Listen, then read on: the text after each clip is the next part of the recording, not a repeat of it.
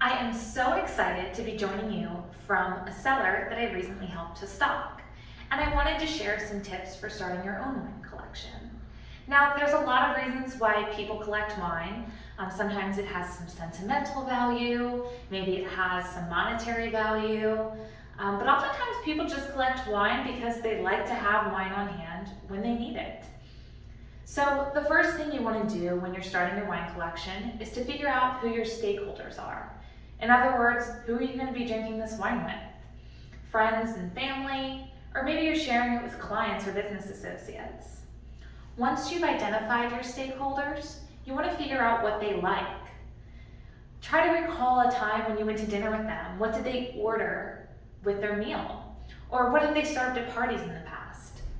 Once you've identified what they like, my second tip is to create some interest by introducing new wines. I did this by hosting a tasting where we tried 20 different wines. I invited all my major stakeholders over and they rated the wines. Then we narrowed down the list to the top 10, and that's what's in the cellar today. My third tip is to figure out your budget. And once you've figured out your budget, figure out how many spaces you want to fill. Are you willing to spend more money on certain bottles of wine and have fewer bottles in your collection? And does your wine distributor or wine shop offer any sort of discount for large orders? Oftentimes they do. My fourth tip is to ask for help.